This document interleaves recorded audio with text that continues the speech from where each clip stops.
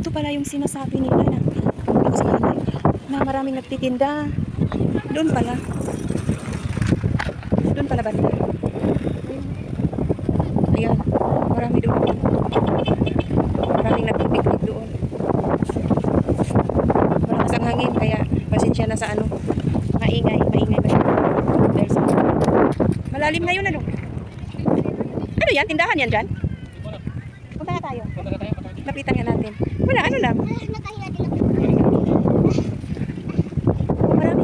Maraming nagpapasyal dito. Ay, yung payong ko kawawa. Ang lakas ng hangin. Tama na, huwag na magpayong. Magpapayong kasi ano. Malakas yung hangin. Ayan, punahan. Lapitan ko nga yung maraming tao doon. Tagal na akong hindi nakapasyal dito eh. Parang nung nakaraang taon pa. Wow, may nagtitinda. Dito pala yun. Kasi yung pinupuntahan namin nung nakaraang buwan pa yun. Nakaraang buwan. Doon kami sa malapit sa tulay.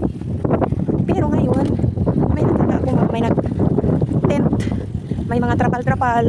Kaya lalapitan ko kung anong meron. Naamoy ko na, may nagtitinda ng mga fishball. Yan ayan nga din, nagtitinda din yata sila. Nakakarating ng ilaw. Ito pala, oo nga. Ito nga talaga, ano. Ayun, may mga umusok-usok. Yun nga pala, no. Dito talaga. Kasi dati nga, hindi naman kasi kami dati pa talaga, hindi kami pumupunta dito. Kasi masyado pa itong, ano, yung maraming tubig. Tapos ngayon, ganito na, ang ganda-ganda na. May nagtitinda ng fishball. Lapitan nga.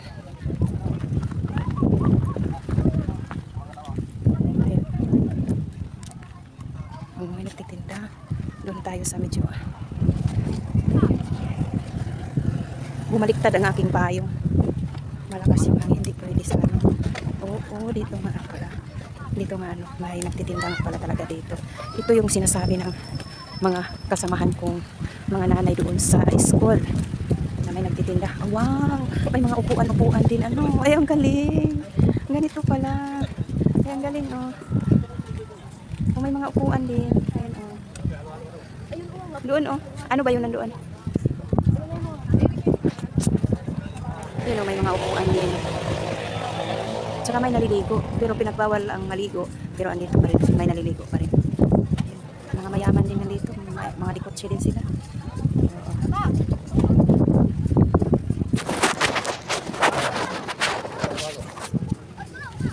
Halo. Ang dami nang nagtitinda dito.